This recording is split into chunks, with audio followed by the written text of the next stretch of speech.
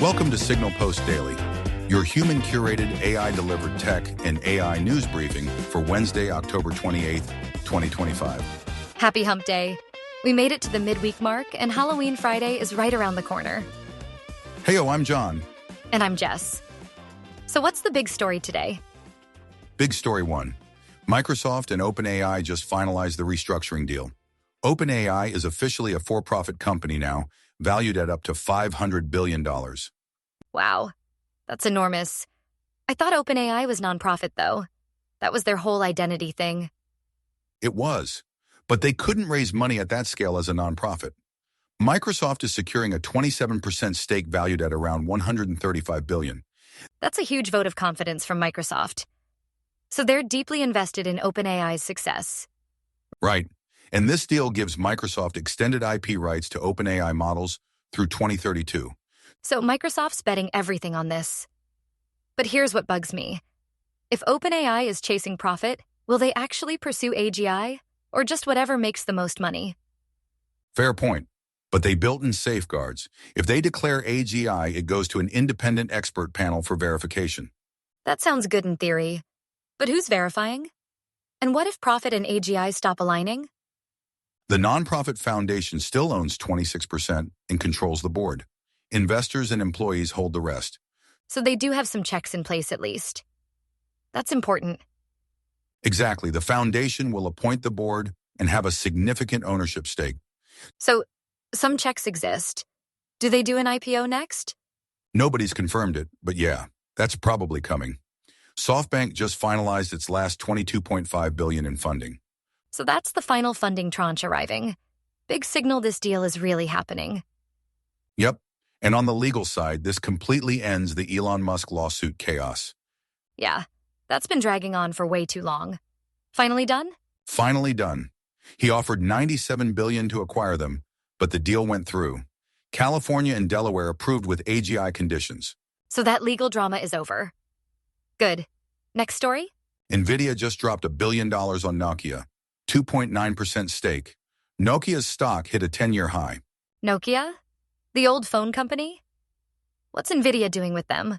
Nokia pivoted into telecom infrastructure years ago. This is about building AI-powered networks for 6G technology. 6G feels far away, though, John. Are we sure this isn't just hype? I get the skepticism, but the AI RAN market alone hits $200 billion by 2030.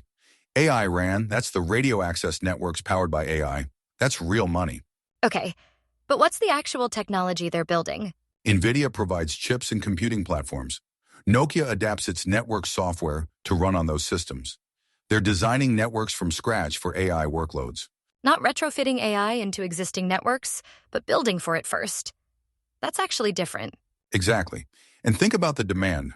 Almost 50% of ChatGPT's 800 million weekly users access it on mobile. Wow, that's a lot of AI traffic hitting mobile networks. So the need for AI-ready networks is real. Absolutely real, and growing every day. T-Mobile's already working with both companies on their 6G plans. T-Mobile's betting on this too. But Nokia was basically dead for 20 years. Why should we trust them now? They've been quietly rebuilding telecom infrastructure. A $1 billion Nvidia investment is a serious vote of confidence. Fair point. That's validation from one of the smartest capital allocators in tech. Right. Nvidia is really diversifying its partnerships now. This isn't just chips anymore. Fair point. Okay. Story 3. GitHub Agent HQ. Is this finally saving Copilot? Maybe. GitHub Agent HQ is a command center to manage multiple AI coding agents in one place. Okay.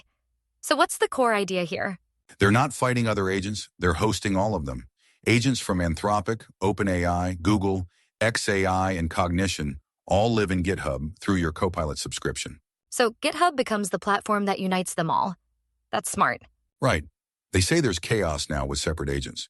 Mission control unifies everything. What can you actually do with it, though?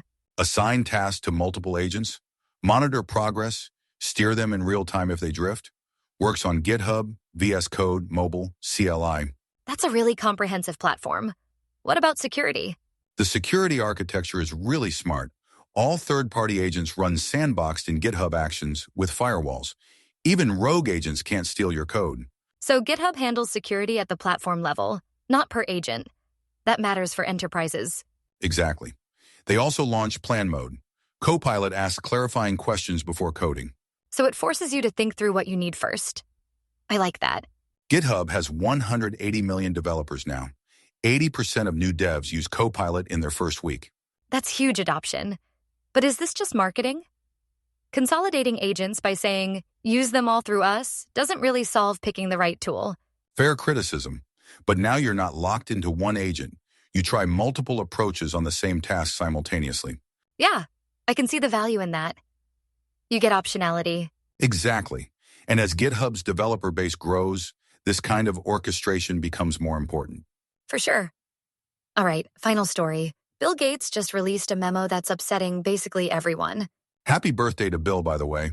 He published a memo saying climate strategy needs a major pivot.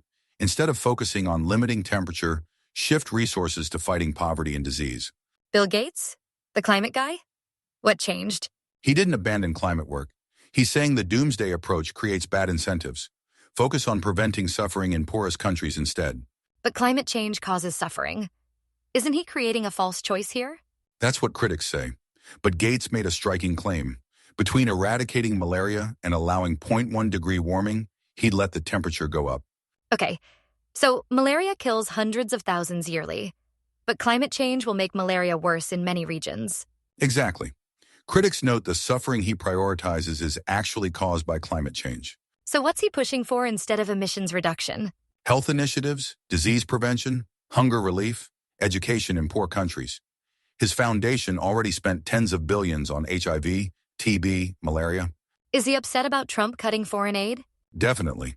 He says Gavi, his vaccine partnership, loses 25% funding over 5 years. That's significant. Wow, that's a massive cut. How does that impact global health? It means fewer vaccines reaching the poorest countries. He calls it a huge disappointment. But he admits clean energy innovation exceeded expectations, and AI is accelerating clean tech. Why can't we do both? That's what critics ask. Jeffrey Sachs called the memo pointless and confusing. Says there's no reason to pit poverty against climate if we controlled oil industry influence. So the real issue is political will, not technical feasibility? Right. Maybe Gates's point is that political cuts mean the available money becomes either or in practice, not theory. That makes more sense. So he's responding to current political reality. Exactly. He wrote a 17-page memo for COP30 in Brazil next month, trying to shift how leaders allocate resources. He argues health and prosperity make countries more resilient to climate impacts anyway? Right. Economic growth cuts projected climate deaths by 50% over this century. So improving prosperity also improves climate resilience. That's actually compelling logic. It is. But I'm genuinely unsure if this is wisdom or if someone very influential is pivoting his entire position at a crucial moment. Yeah. Am I being paranoid to worry about that? No. It's worth asking whether the framing changes incentives in ways that don't serve vulnerable people best. He did say climate change is still a serious problem, though. Right, he's not denying climate change. He's saying let health and prosperity be the focus. This will spark huge conversation heading into COP30. Absolutely, it already is.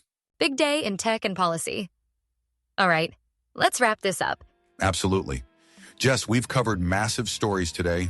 OpenAI's restructuring, Nvidia's bet on Nokia, GitHub's agent consolidation, and Gates challenging climate orthodoxy for his 70th birthday.